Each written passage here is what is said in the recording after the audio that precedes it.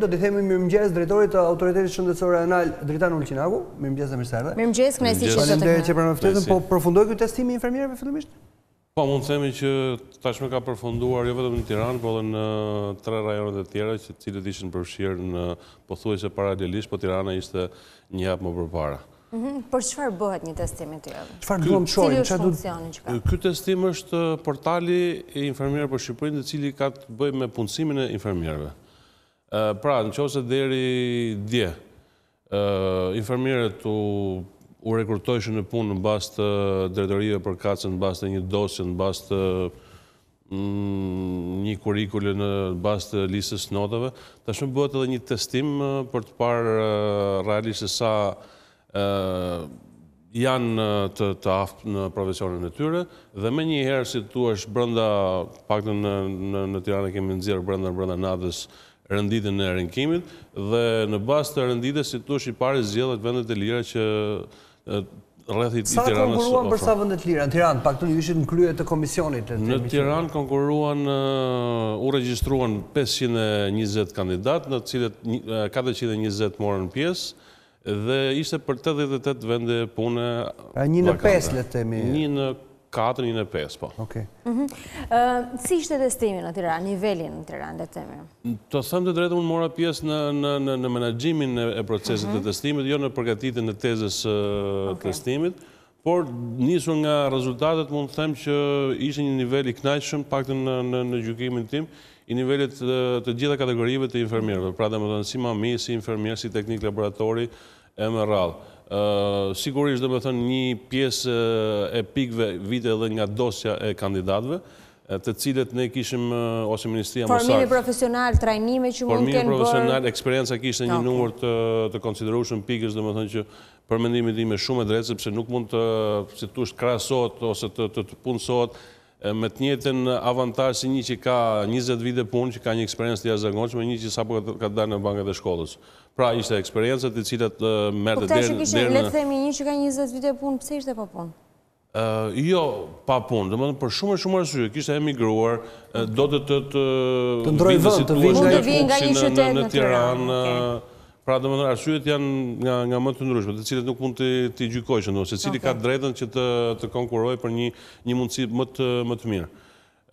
Nuk është se ishin shumë për hir të vërtetës këto që kishin një eksperiencë të madhe, kryesisht ishin mamit ose infermierët të cilët sapo kishin mbaruar pjesën më të madhe këta e përbëjnë ato që sapo kishin mbaruar shkollën, dhe pa diskutim që aspirata për punësim ishte shumë na kënaq në niveli i sidomos i infermierëve. Dje lajmi kryesor në mediat gjermane ishte se Spitali Kryesor i Berlinit, që është një nga emrat më të mëdhenj edhe në gjithë Gjermaninë, Chariteja, kishte vendosur me rregullorën e brendësisë së spitalit që për vitin e ardhshëm do ta zgjidhte çështjen e infermierëve dhe personelit ndihmës që ndihmon moshat e thyera apo që bën për kujdesin me infermier nga Shqipëria dhe Meksika. Dhe ata kërkonin, vetëm ky spital kërkonte 60 në vit. Është një garanci që këta infermierë të cilët dalin nga shkollat tona e kanë nivelin për sa kohë kërkohen nga një vend me standarde në Bashkimin Evropian?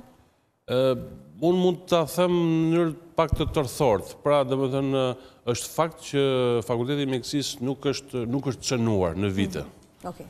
Standardin është ky fakultet i cili ka pranuar dhe pranon studentët absolutisht më të mirë shqiptar, dhe janë këto studentë të cilët sot janë pedagogë të këtyre infermierëve të cilët japin mësim.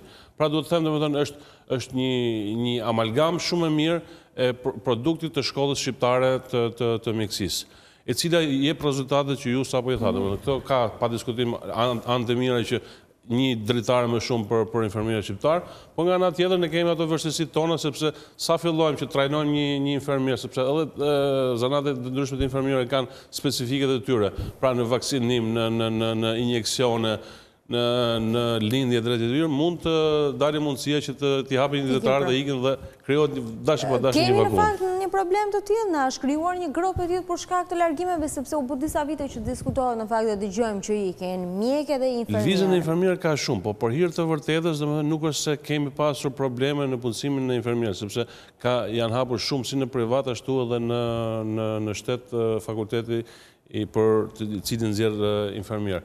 Problemin e kemi në mjek. Pra domethënë Edhe Tirana mund të them që ka filluar të vuajë lëngatën e mungesës së mjekëve. Nuk po flas për rrethet e tjera që është akoma më theksuar. Se vuan Tirana, si shpjegohet kjo? Ju jeni në krye të autoritetit që duhet ta dini, ju e njihni situatën. Po ka pasur një vakuum në specializimet e mjekëve për disa vite. Për disa vite. Domethënë shumë specialitete, si thosh kardiolog, ginekolog, domethënë sot është realisht të vështirë ti gjesh. Plus që edhe tregu privat ka filluar të funksionojë më së miri pra, domethënë disa specialistë rekrutohen shumë kollaj nga tregu privat vendas. Dhe po pa diskutim që edhe Gjermani nuk duhet ta lejmë jashtë konsideratës për sa i përket mjekëve. Pra, realiteti është që për disa specialitete ne kemi filluar të ndjejmë mungesë, shpresojmë sepse specializimet janë hapur që të mbyllet në kuadrin e maksimumi 1 vit ose 2 vite, dhe të mos kemi probleme në mjekë dhe në infermierë, flas për Tiranën, ndërsa po rrethet mund të vazhdoj pak më gjatë ky problem. Sepse është e vështirë edhe të bindësh mjekët dhe infermierët që të shkojnë nga Tirana në përrethet të caktuara. Domethënë pavarësisht edhe kuistimi financiar. Falë Ministrisë së Shëndetësisë dhe duhet përshëndes edhe nismën e Ministrisë së Shëndetësisë zojës Manasiliu, domethënë për të cilin edhe ky testim si thua ishte iniciativë e saj dhe nganjëherë iniciativa duhet të kesh një lloj guximi që ti ndërmarrësh. Por ndoshta që në kohën më përpara të ministrit Beqe ka filluar një diferencim i pagës së mjekëve. Ati që pranon të shkojë. Ati që pranon të shkojnë në disa zonë që realisht ka Nuk i vëm do të një kufizim, një detyrim që ore vjen nga, ku diun, vjen në shkollë nga, po them, tropoja, duhet të thjesht minimalisht. Për vërtetës ka pasur gjithmonë një lidhje kontrate me drejtoritë përkatëse. Pra, domethënë qofse unë merr specializimin nga Shkodra ose nga Vlora, lidhse një kontratë me drejtorinë respektive të shëndetit publik, siç ka qenë më përpara dhe siç është aktualisht. Dhe për 3 vite unë ishe detyruar të kthehesha mbrapsht, kundrejt një detyrimi financiar. Por realiteti është që në shumë raste, në një përqindje shumë të lartë, këto u shkelqin dhe studentët... Që ndodhë të rinde pa puna i në këto 3 vite, apo... Ose kthete leket mbrapsht në bazë të kontratës, ose si thuash gjete një klauzol tjetër që si thuash po flasat me miqe me shok, dhe më në rritet i merte firmën mjekut ose drejtorit përkatës të rrethet që nuk kam nevoj për këtë lloj specialitete, kur në të vërtet kishte nevoj. Po, realiteti është që shumë mjek ose nuk u ktheshin mbrapa, ose gjeshin në mënyrë tjetër për si tu ktheshin për 2-3 muaj dhe pastaj lëvizshin përsëri në drejtim Tiranës ose atje ku kishin interes në vend të tjerë. Tani autoriteti pak kohë më parë ka bërë një studim në Tiranë dhe në periferi për çështjen e fëmijëve dhe në periferi rezulton që fëmijët janë të keq ushqyer. Pra ishte zanafilla një studimi, faktikisht autoriteti merret me kjo është puna e autoritetit, merret me studime të ndryshme për sa i përket shëndetësisë së Tiranës. Dhe pam që në disa zona kishte realisht probleme, domethënë pa diskutim ne duhet ta pranojmë, domethënë me vërtet i tregojmë shifrat ekonomike që kaq dollar në ditë për frymë, kaq ashtu dhe po në fundit këto diku reflektohen. Pra, hiq ekonominë informale kemi një kategori e cila realisht është e varfër. Por hir të vërtetës kishim disa nukleuse të komuniteti rom në Tiranë dhe të një shkollë në Kamës, të cilët patëm, si thuaç, parametra ndryshe nga parametrat normale. Ç'konstatuat aty konkretisht? Pra ne, si thuaç, bëjmë ato matjet e gjatësisë peshës nëse janë në parametra normal fëmijët apo jo. Dhe si thuaç, fokusi jonë ishte kundrejt obezitetit, të themi të drejtën, domethënë. Pra ju nisët për obezitetin Ne nisëm për obezitetin për thonë domethënë se sa realisht kemi devijuar dhe për hir të vërtetës obeziteti është problemi më madhor i fëmijëve sepse targeti jonë ishte klasat e dyta.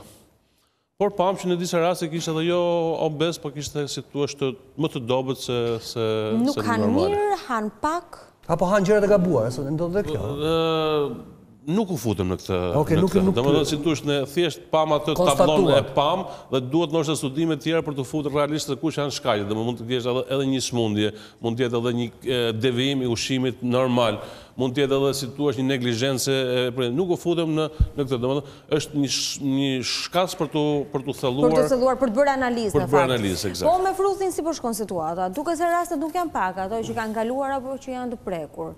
Jo. Edhe pse nuk është ai alarmi atyre ditëve të para. Po mund të themi që u bë muaji i tretë që ne kemi pothuajse një intensitet mund ta them të njëjtë. Nga një herë domethënë ne kënaqemi sepse në Tazem nuk kemi shtrime, po kemi kthime, domethënë është një gjuhë teknike që ne përdorim në grupin ton të WhatsApp-it.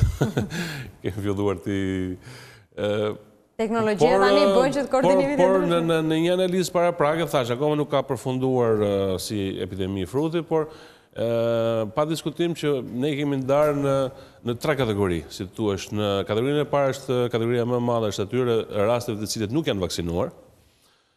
Pra, kryesisht këto raste luajnë rreth mosës 1 vjeç. Pra, këta që s'kanë mbushur ditët për nuk kanë mbushur ditët vaksinën. Dhe i kanë shtyr ditët, për shembull, fëmia ka qenë me temperaturë dhe mjeku ose vetë familjari ka thënë nuk po e bëj tash dhe ka shtyr. Domethënë po bëhet fjalë gjithsesi ne kemi rreth 400 raste fruth. Pra, akoma. Jo akoma. Të kaluara në këtë periudhë. Jo akoma. Po aktualisht sa janë? Jo, domethënë gjithmonë them atë aktualisht të shtruar. Po. Të shtruar. Pra mund të them që ndoshta me një afërsi relativisht ashtu mund të kemi 6-7 raste në pediatri dhe po kaq në infektiv. Pra po si kush raste të rrinë, dalin, vin të tjerë. Rënë që shtrohen apo është normale procedura? Apo izolohen nëse ti konstatohesh që je me frut? Është bërë edhe një lloj ndarje të cilët e bëjnë vetë mjekët. Pra kemi edhe raste të lehta, të cilët si tush rekomandohen që të vetë izolohen në shtëpi, të marrin ato ndihmat mjekësore ose ilaçet që të cilët rekomandohen nga mjekët, dhe rastet e çik më të rënda ose të cilët nuk kanë mundësi që të vetë izolohen në shtëpi, ka raste studentësh që është e pamundërshu, ne i rekomandojmë shtrimin në spital. Pra në përgjithësi trendi në ditë është 1-2 raste në fëmijë dhe në të rritur. Kjo është për fëmijë deri në 1 vjeç, të cilët nuk e kanë bërë vaksinën apo janë? Jo, të thash, domethënë ato kategoritë tona janë këto që nuk e kanë bërë vaksinën, që nuk është vetëm 1-2 vjeç, por ka edhe kategori të tjera të cilët kanë qenë jashtë shtetit ose kanë qenë ashtu. Edhe kanë lëshuar. Është edhe një kategori tjetër që është jo për të thënë që nuk janë raste që unë i konsideroj të lindura në Tiranë. Pra, me vite ato i kanë rëshkitur vaksinimit. Pra, domethënë ka qenë në Puk, ka qenë në Shkodër, ka qenë në Skrapar, dhe lëvizja e shtëpisë, lëvizja e familjes ka bërë që të mos e kapi atë datën e vaksinimit, dhe kur ka ardhur në Tiranë, ndoshta nuk është integruar direkt në sistemin shëndetësor dhe ka bërë që vaksinimi të mos jetë i plot. Pra këto janë ato 2 kategoritë kryesore të cilët, si thuash, ne i konsiderojmë xhepa vaksinal, të cilët kanë shpëtuar vaksinimit normal. Dhe është një kategori tjetër të cilët vaksina ndoshta nuk ka vepruar me efikasitetin e duhur. Është ajo periudha ai 10 vjeçari i famshëm. Ne themi atë 10 vjeçarin e famshëm sepse titri ka dalë pak më ulët se Niveli shumë, që sidoqoftë unë i konsideroj normale. Ju e keni në kontroll situatën, le të themi, si autoritet shëndetësor rajonal në gjithë qarkun e Tiranës. E merr qytetari shërbimin, po them unë, në Shëngjergj, brapa Dajtit, njësoj edhe si një qendër Tiranës. Ka probleme të tilla me shpërndarje mjekësh, ambulancat, me pajisjen e qendrave shëndetësore? Pra, pa diskutim, ne mundohemi që të kemi një po se t'i afrojmë të njëjtën cilësi shërbimi si qytetarët në Shëngjergj, ashtu edhe atij që banon tek Tirana Re. Pra mund të themi që si Shëngjergj është mbuluar me mjek, si Zall Bastari, si Bërzhita, do të flas pikat më të largëta, si me mjek, si me personel tjetër ndihmës, me infermier mami. Shëngjergj për shembull, Zall Bastari fal ka shërbim 24 orë që edhe për arsye që rruga akoma nuk është shumë e aksesueshme. Domethënë, flitet që do fillojë rruga e Arbit dhe kjo bën shumë të aksesueshme. Po si qëndron 24 orë hapur qendra? Qëndron qendra apo dihet numri i mjekëve? Ka një mjek apo një infermier që është gjithkohës? Ne kemi një ekip për 3 mjekësh, të cilët bën si thuaç për një grafik, domethënë secili rrin 2 ditë aty dhe pastaj bën 3 ditë pushim. Pra domethënë ky është ai cikli që një mjek rri flet aty në qendrën shëndetësore Zall Bastarit. Po. Dhe kjo mbulon të gjitha të zonën aty? Dhe kjo mbulon të gjitha të zonën. Ka fluks pacientësh? Dhe ku e merrnin këta shërbime? Numri i popullat aty nuk është se shumë e madhe, të themi të vërtetën, aq më tepër që këto kohë të fundit është rralluar më tepër. Pra, nëse në Tiranë ta zëm një mjek familje i përgjigjet 3000 banorëve, në zonat e larga i përgjigjet pak më pak. Edhe për vetë arsyen sepse janë zonat pak më të thella dhe ndoshta si thush mjeku për të arritur të një smurë rënd do një kohë pak. Megjithatë është e sigurt që për një rast urgjencë, për shembull që ndodh aty banorit aty, ai përplaset, shkon e gjen ka një derë hapur për të mos ardhur deri në Tiranë. Në rast urgjencë është si thua është edhe shërbimi i urgjencës i cili vihet në ndihmë, pa thënë që ka pasur shumë raste që kur ta zëm kanë borë, edhe helikopterët janë ulur në Shëngjergj apo në Zallbastar. Për vite me radhë. Se ne çojmë, domethënë edhe për Shëngjergjin nëse ka një rast dhe absolutisht po. Shkon helikopteri nga Tirana. Absolutisht po. Pavarësisht ato kanë ambulancët e tyre, të cilët si thush i kanë në gjendje, por përsëri thash mund jenë 2 raste njëkohësisht, pa diskutim që Po në qendrat shëndetësore në Tiranë ka mungesa mjekësh problematika apo e kemi të zgjidhur këtë çështje se po të shkove aty do shkosh në urgjencë që sutas edhe.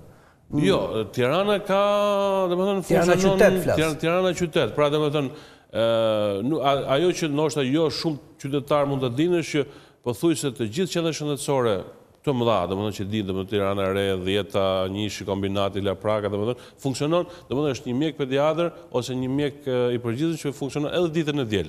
Pra domethënë gjatë gjithë javës kemi shërbim, 2 turne, turni i parë dhe turni i dytë, 7 në 7, po. Por edhe ditën e diel si thua është një mjek i cili përgjigjet për këto emergjencat, por qytetarët përgjithësi drejtoren drejt ditën e diel flas, drejt qesut. Nuk e ndryshojmë dot të mentalitetin, apo ka ndryshuar? Është e vështirë të ndryshohet, është e vështirë të ndryshohet. Duket sikur e marrim më shpejt shërbimin, sigurisht më profesionist. Jemi munduar domethënë epideminë e fundit të gripit, por edhe të fruthit ne hapëm edhe 4 qendra të tjera 24 orësh të cilët realisht i përforcuam me ekipe dhe të mirë atrecuara, nëse mund të them kështu. Të mirë pajisura. Por fluksi i qytetarëve por hir të vërtetës ishte jo i pritshëm, me gjithë propagandën tonë që themi që më mirë si tu shkoni drejtorin të këto qendra, sepse mundësia ta zëmë marrës së fruthit është shumë e vogël se sa të shkonin në spital, por përsëri numri i vizitave ishte i ulët. Ne të falenderojmë, ishte shumë kënaqësi. Ne të falenderojmë, ishte kënaqësi, ishte Dritan Ulqinaku, drejtori i Autoritetit Shëndetësor Rajonal, ishte emisioni 7 pa 5 për ditën e sotme. Ne do takojmë sërish nesër në po të njëjtën orë, kalofshi një ditë sa më të mbarë, mirupafshim.